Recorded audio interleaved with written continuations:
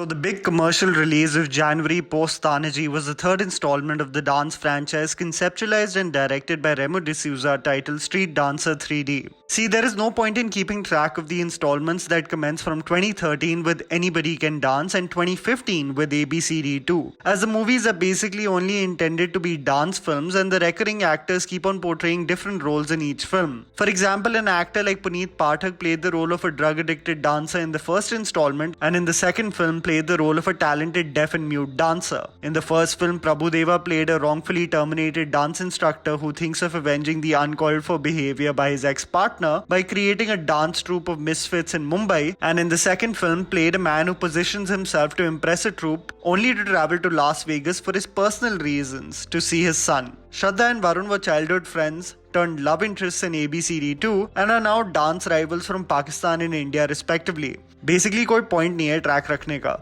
The first film extremely small scale with the talent it featured but presented brilliant dance numbers. The second one, even though it got absurd in its premise, provided for spectacular choreography pieces and some power-packed music, ideal for stage performances. Now the scale has increased tenfold and Street Dancer 3D has jumped on the train of the nationalism fervor. The entire premise is about dance troupes from India and Pakistan going head-to-head with each other, where the intentions of one team is to fight for the rights of Indian and Pakistani immigrants that have been ostracized from society. The other competes for selfish intentions, specifically Varun Dhawan's character. How their conscience makes them think beyond just themselves and material goods, coupled with a lot of nationalistic pride through dance numbers, is the premise of Street Dancer 3D. Here's me telling you the good and bad aspects of the film so that you guys can ultimately decide whether to watch it or not.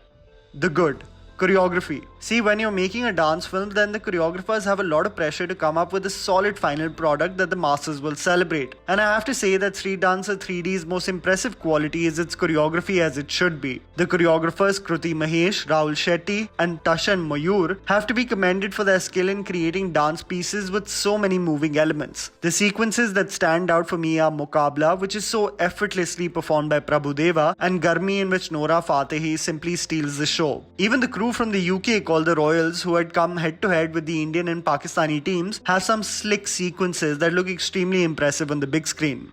Prabhu Deva, Nora Fatehi and the rest follow. I have to say, as I watched this film from the eye of a dancer as well as an avid film viewer, I couldn't help but try to point out who is creating the most impactful impression, especially through the dance performances. And I have to say that Prabhu Deva and Nora Fatehi stand out in the crowd. Prabhu Deva is a legend, especially as a dance performer. Even at this age, to have such an impact and precision with his movement is truly praiseworthy. Nora Fatehi, the fact that she is an untrained dancer still blows my mind away. The actor is meant for the big screen and you honestly cannot take your eyes off of her whenever she is performing. Muqabla and Garmi are the highlights of this film. Varun and Shraddha shine in the final dance sequence as there is an Indian element to the choreography. In this scene, you can notice a more relaxed and free-flowing presence for both the actors' movements. The underwhelming aspects. The music. The sad reality of the dance franchise is that as the installments have increased over a period of time, the number of remixes have exponentially increased. Catering to somehow that has become the trend in Bollywood today, iconic films and music getting remade to bank on the nostalgia and already set fan base that they have developed. While the first film boasted of beautiful songs like Bezuban and Duhai, the second installment beyond the remake of Bezuban Phir Se presented songs such as Sun Satya, Naach Meri Jaan and my favorite, Hey Ganariya. The third installment provides remix after remix from Muqabla to Illegal Weapon to even Lagdi Lahore Di. When films are created to be basically musicals with song and dance, at least there could have been a little effort in developing original music. Bezuban, by the way, is again remixed in this movie. 3D and franchise staples. See, there is absolutely no reason for this film to be in 3D other than it providing bigger margins for the producers in terms of profits. Prices for individual ticket sales bump up and the profits follow. Where in the same month we saw a film like Tanaji that very effectively used the 3D platform in providing a spectacle for viewers, especially through its grand scale and action sequences, this film for its 3D format provides for the most lazy creative use for the theatre experience. Not only does it provide for the same visual effects that have been used basically on every instance Instagram dance video, but its only dependence on the effect is through throwing things on the camera. A food fight ensues and donuts are thrown at us. In dance performances, either confetti, dust or tricolors are splashed on us. The worst of the lot has to be the CGI, including the subplot of illegal immigrants. You can clearly notice in all of the Punjab sequences, one of the men is just a floating head in the background, as if he wasn't available for the Punjab shoot but becomes normal in England. Reminded me of the CGI debacle of Half-Girlfriend. In many ways, the movie depends on the same tropes that has made the franchise popular with the masses. माँ का प्यार, गणपति का एक गाना, बेजुबान का एक remix जिसपे बारिश ना हो तो क्या फायदा,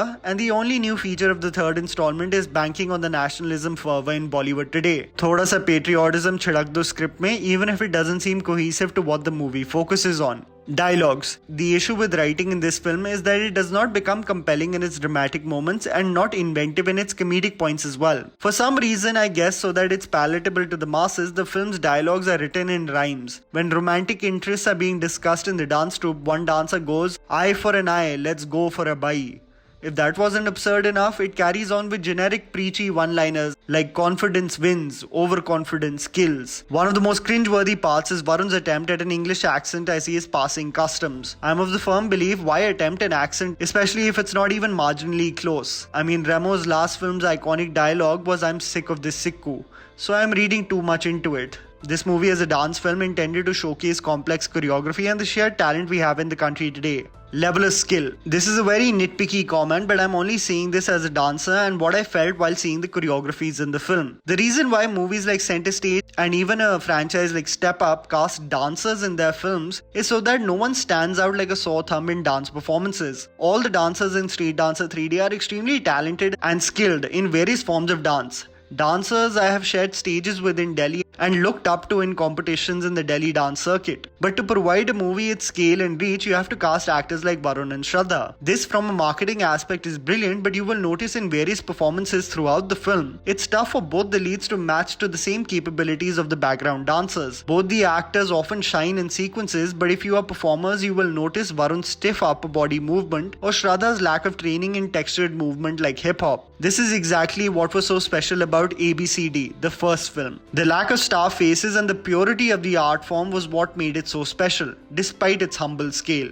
Ambition. See, the movie could have been an absolute breeze of a film. See some carefree banter between two rival dance troupes and how they eventually band together to compete in a competition to beat the crew that are the favorites. An ideal underdog story. The problem is the film's ambition is to talk about everything under the sky. From the problem of illegal immigrants in foreign nations, materialistic and individualistic greed, lack of empathy in society today, and conservative mindsets for pursuing various art forms. In this pursuit to bite more than you can chew, the impact of the beautiful choreography and the sheer effort and skill of such a talented ensemble cast gets diminished. And that was the video, guys. Write down in the comments below what you thought of Street Dancer. Please don't forget to follow me on Instagram. The handle's right in front of you. Follow me at JammyPants4. Also, please support us by smashing the like button and subscribing to our channel for weekly content ahead. Thank you for watching.